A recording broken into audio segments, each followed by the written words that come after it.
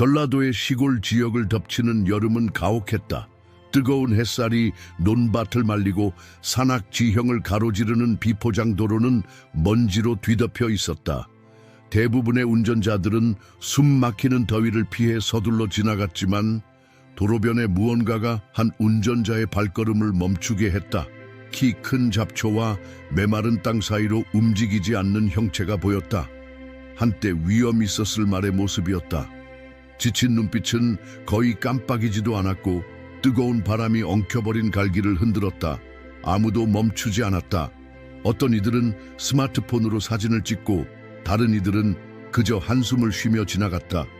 그때 낡은 픽업 트럭 한 대가 멈췄다. 박민호는 은퇴한 말 조련사였다. 전라도에서 방치된 말들을 구조하는 일을 수년간 해왔지만 자신이 아끼던 종말을 잃은 후로는 이런 일에 더 이상 관여하지 않겠다고 다짐했었다. 그는 또 다른 시련을 겪고 싶지 않다고 스스로를 설득하려 했지만 말의 눈빛에서 무언가를 발견했다. 물병을 꺼내 마른 땅에 몇 방울을 떨어뜨렸다. 처음에는 아무 반응이 없었지만 이내 지친 말이 힘겹게 물길을 향해 움직였다. 그것이면 충분했다. 민호는 더 이상 지나칠 수 없다는 것을 알았다. 즉석에서 만든 밧줄로 말을 끌어보려 했지만 말은 너무 지쳐 있어서 움직일 수 없었다. 지평선 너머로 한반도의 전형적인 여름 폭풍이 다가오고 있었다. 민호는 어쩔 수 없이 말을 방수포로 덮고 산에서 불어오는 것엔 바람을 견뎌냈다. 폭풍은 밤새 계속되었다. 전라도의 언덕 너머로 해가 떴을 때 말은 여전히 살아있었다. 모든 역경을 이겨내고 버텨낸 것이다. 많은 노력 끝에 민호는 말을 트럭에 싣고 자신의 작은 마구간으로 데려올 수 있었다. 말을 치료하면서 그의 피를 얼어붙게 만드는 무언가를 발견했다. 흙과 상처 자국 아래에서 그가 즉시 알아볼 수 있는 표식을 발견한 것이다. 이는 평범한 말이 아니었다. 대한민국에서 가장 귀중한 순종마 중 하나인 그림자 무대였다. 그의 실종은 몇 달 전 서울의 주요 신문에서 다뤄졌지만 아무도 찾지 못했다. 민호는 이것이 단순한 우연이 아니라는 것을 깨달았다. 이 말은 단순히 방치된 것이 아니라 의도적으로 버려진 것이었다. 무언가가 숨겨져 있었고 그것은 그가 아직 이해하지 못하는 것이었다. 이 이야기가 마음에 드신다면 구독과 좋아요 버튼 눌러주시는 것 잊지 마세요. 여러분이 어느 도시에서 시청하고 계신지 알려주세요. 계속 이어갑니다. 김지영 수의사가 도착했을 때 아침 안개가 여전히 전라도의 언덕을 감싸고 있었다. 그녀는 마구간으로 걸어가면서 이미 무언가가 평범하지 않다는 것을 느꼈다. 민호의 목소리에서 느껴진 긴박감이 그녀를 서두르게 했다. 마구간 안으로 들어서자 지영의 눈이 커졌다. 그림자 무대의 모습은 그녀가 15년간의 수의사 경력에서 본 어떤 것과도 달랐다. 말의 상태를 살펴보면서 그녀는 이 동물이 순수한 의지로 살아있다는 것을 깨달았다. 상처를 치료하는 동안 그녀는 브랜드 마크 바로 위에 있는 특이한 흉터를 발견했다. 이건 수술 흉터예요. 지영이 민호에게 말했다. 하지만 한국경마협회의 공식 기록에는 없는 수술이에요. 민호는 휴대폰을 꺼내 그림자 무대의 최근 서울과 부산에서의 경주 기록을 찾아보려 했다. 그의 눈썹이 찌푸려졌다. 이상하네요. 모든 최근 기록이 삭제되어 있어요. 삭제라고요? 지영이 놀라며 물었다. 그게 가능한가요? 아니요, 보통은 불가능해요. 누군가 상당한 영향력을 가진 사람이 개입했다는 거죠. 지영은 말의 상처를 더 자세히 살펴보았다. 흉터는 전문적인 수술 자국이었지만 그 목적은 불분명했다. 여기서 뭔가를 제거한 것 같아요. 그녀가 중얼거렸다. 그때 마구간 밖에서 차 소리가 들렸다. 고급스러운 검은색 세단이 천천히 지나가는 것을 둘은 창문을 통해 지켜보았다. 차는 마치 무언가를 찾는 것처럼 느리게 움직였다. 전에도 봤어요. 민호가 낮은 목소리로 말했다. 이틀 전에도 같은 차가 지나갔죠. 지영은 휴대폰을 꺼내 동료에게 전화를 걸었다. 윤희 씨, 나예요. 당신의 도움이 필요해요. 기업 비리를 전문으로 하는 기자잖아요. 최성민이라는 사람에 대해 알아볼 수 있나요? 통화가 끝난 후 지영은 민호를 바라보았다. 서윤이가 도와주기로 했어요. 그녀는 최고의 탐사보도 기자예요. 만약 이 뒤에 뭔가가 있다면 그녀가 찾아낼 거예요. 그들은 말의 상태를 더 자세히 기록하기 시작했다. 지영이 사진을 찍고 있을 때 민호는 마구간 구석에서 낡은 상자를 발견했다. 안에는 오래된 경주 기록들이 있었다. 그는 서류들을 훑어보다가 갑자기 멈췄다. 지영씨, 이것 좀 보세요. 서류 하나를 들고 있는 민호의 손이 약간 떨렸다.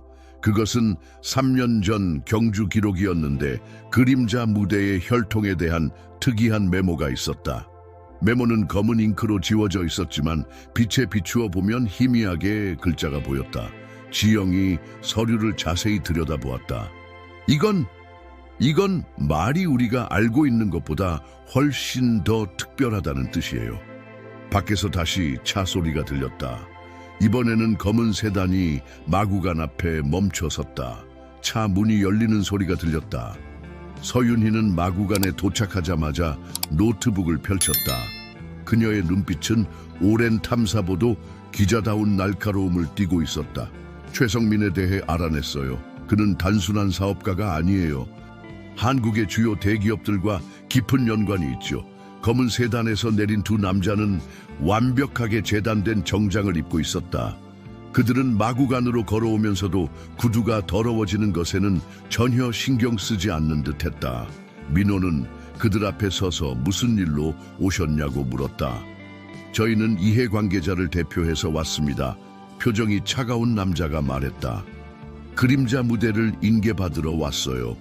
우리 한국의 전통과 명예를 위해서라도 이 말은 원래 주인에게 돌아가야 합니다. 지영이 앞으로 나섰다. 말씀하신 대로예요. 전통과 명예를 위해서라면 이 말이 왜 이런 상태로 발견되었는지 설명해 주셔야겠네요. 윤희는 조용히 사진을 찍으며 모든 상황을 기록했다. 그녀의 직감은 이것이 단순한 소유권 분쟁이 아니라는 것을 알려주고 있었다. 두 남자는 잠시 서로를 바라보더니 더 이상 아무 말도 하지 않고 떠났다. 그날 저녁 세 사람은 마구간 근처의 작은 찻집에 모였다. 윤희가 노트북을 펴고 자신이 발견한 것들을 설명하기 시작했다. 그림자 무대의 과거 기록을 살펴봤어요. 이 말은 단순한 경주마가 아니었어요. 그의 혈통에는 특별한 것이 있었죠. 어떤 특별한 것이요? 민호가 물었다. 1960년대 한국의 말품종 개량 프로그램이 있었어요. 극비리에 진행된 프로젝트였죠. 그림자 무대의 조상들은 그 프로그램의 일부였어요. 그들은 특별한 유전자 조합을 가지고 있었고 이는 대대로 이어져 왔어요. 지영이 갑자기 무언가를 깨달은 듯 말했다. 그래서 그 수술 흉터가 있었던 거군요. 누군가 그의 유전자 정보를 확인하려 했던 거예요. 윤희는 고개를 끄덕였다. 맞아요. 하지만 더 큰 문제가 있어요. 최성민은 이 말을 매각하려 했어요. 외국의 한 기업에요. 그들은 한국의 말 유전자 프로그램에 큰 관심을 보였죠. 하지만 그건 불법이에요. 민호가 말했다. 국가적 가치가 있는 유전자 정보를 외국에 넘길 순 없어요. 그래서 그들이 기록을 삭제하고 말을 숨기려 했던 거예요. 윤희가 설명했다. 만약 이 사실이 알려진다면 그녀의 말이 차에 끝나기도 전에 찻집 밖에서 소란이 들렸다. 누군가가 문을 거칠게 두드렸다. 더 이상 시간이 없어요. 민호가 말했다. 이제 우리가 어떻게 해야 할지 알았어요. 그림자 무대를 안전한 곳으로 옮겨야 해요. 제가 아는 절이 있어요. 산속 깊은 곳에 있죠. 그곳이라면 윤희가 손을 들어 그의 말을 막았다. 잠깐만요. 제가 더 좋은 생각이 있어요. 우리가 숨기는 게 아니라 모든 것을 공개하는 거예요. 제 블로그에 이 이야기를 올리면 지영의 눈이 빛났다. 그래요. 진실을 숨기는 것보다 더 강한 것은 진실을 드러내는 거예요. 윤희는 자신의 블로그에 기사를 올리기 시작했다. 그녀의 손가락이 키보드 위를 재빠르게 움직였다. 그러나 게시 버튼을 누르려는 순간 화면이 깜빡이더니 모든 내용이 사라졌다. 뭐죠? 그녀가 놀라서 외쳤다. 누군가 우리 서버를 해킹했어요. 민호의 휴대폰이 울렸다. 발신자 번호는 표시되지 않았다. 네, 그가 조심스럽게 전화를 받았다. 선에서는 잠시 정적만이 흘렀다. 그리고 나지막한 목소리가 들려왔다. 그림자 무대의 전 조련사입니다. 만날 수 있을까요? 당신이 알아야 할 것들이 있습니다. 세 사람은 전라도의 한적한 시골 식당에서 전 조련사를 만났다. 그는 주위를 경계하듯 살펴보며 이야기를 시작했다. 그 말은 절대 다치지 않았어요. 어느 날 갑자기 몇몇 임원들이 마구간을 찾아왔고 그 후로 말은 경주에서 제외되었죠. 지영이 궁금해했다. 그럼 수술 흉터는 어떻게 설명하시나요? 조련사는 깊은 한숨을 내쉬었다. 그들은 말의 DNA 샘플을 채취했어요. 하지만 통상적인 방법으로는 부족했나 봅니다. 더 깊은 조직 샘플이 필요했던 거죠. 윤희가 노트북을 열었다. 제가 조사한 바로는 최근 몇몇 외국 기업들이 한국의 토종말 유전자에 큰 관심을 보이고 있어요. 특히 1960년대 프로그램과 관련된 것들에요. 맞습니다. 조련사가 고개를 끄덕였다. 그림자 무대의 혈통은 특별해요. 그의 조상들은 놀라운 지구력과 적응력을 가지고 있었죠. 이런 특성은 현대 과학으로도 완벽하게 복제하기 어려운 것들입니다. 갑자기 민호의 휴대폰에 메시지가 도착했다. 알 수 없는 번호였다. 우리는 당신의 과거를 알고 있습니다. 당신이 잃은 것들을 기억하시나요? 민호의 얼굴이 굳었다. 그들이 어떻게 그의 과거를 알고 있는 걸까? 지영은 말의 상태를 다시 한번 꼼꼼히 체크했다. 그림자 무대는 놀랍도록 빠르게 회복하고 있었다. 이제 알겠어요. 그녀가 말했다. 이 말의 회복력은 비정상적이에요. 그의 유전자는 분명 특별한 것이 있어요. 윤희는 새로운 블로그를 만들기 시작했다. 이번에는 더욱 강력한 보안 시스템을 갖춘 플랫폼이었다. 우리는 이 이야기를 세상에 알려야 해요. 하지만 더 영리하게 접근해야 합니다. 밤이 깊어갈수록 마구간 주변의 분위기는 더욱 긴장됐다. 민호는 창밖을 내다보며 생각에 잠겼다. 그의 마음속에는 수년 전 잃었던 자신의 말에 대한 기억이 떠올랐다. 그때도 이상한 일들이 있었다. 하지만 이번에는 달랐다. 이번에는 그가 진실을 밝힐 수 있었다. 계획이 있어요. 윤희가 갑자기 말했다. 우리가 가진 정보를 여러 곳에 분산시키는 거예요. 그리고 특정 시점에 모든 것을 동시에 공개하는 거죠. 그들이 모든 곳을 동시에 막을 수는 없을 거예요. 지영이 고개를 끄덕였다. 좋은 생각이에요. 하지만 그 전에 그림자 무대를 안전한 곳으로 옮겨야 해요. 제가 아는 신뢰할 수 있는 사람이 있어요. 그때 갑자기 정전이 됐다. 마구간과 주변이 완전한 어둠에 휩싸였다. 멀리서 차량 엔진 소리가 들려왔다. 갑작스러운 정전 속에서 민호는 재빨리 휴대폰 불빛을 켰다. 지영은 이미 그림자 무대의 옆에 서 있었고 윤희는 노트북을 가방에 넣고 있었다. 차량 소리가 점점 가까워졌다. 시간이 없어요. 민호가 속삭였다. 뒷문으로 가요. 그들은 어둠 속에서 조용히 움직였다. 마구간 뒤편으로 나가자 달빛이 그들을 맞이했다. 멀리 산자락이 어둠 속에서 희미하게 보였다. 지영이 그림자 무대를 이끌었고 말은 놀랍도록 차분하게 그녀를 따랐다. 제 차가 저기 있어요. 윤희가 손짓했다. 그녀의 작은 SUV가 나무들 사이에 숨겨져 있었다. 이미 모든 준비를 해뒀어요. 민호는 잠시 망설였다. 정말 이게 최선일까요? 그들은 우리를 쉽게 포기하지 않을 텐데. 지영이 그의 어깨를 잡았다. 민호 씨, 우리가 할 수 있는 최선이에요. 이제 돌이킬 수 없어요. 윤희는 노트북을 열었다. 배터리 불빛이 그녀의 얼굴을 비췄다. 제가 준비한 문서들이 있어요. 1960년대 프로그램의 전체 기록, 그림자 무대의 실제 혈통 기록, 그리고 최근의 모든 수상한 거래들까지요. 어떻게 그걸 다 구하셨어요? 민호가 놀라서 물었다. 윤희가 작게 웃었다.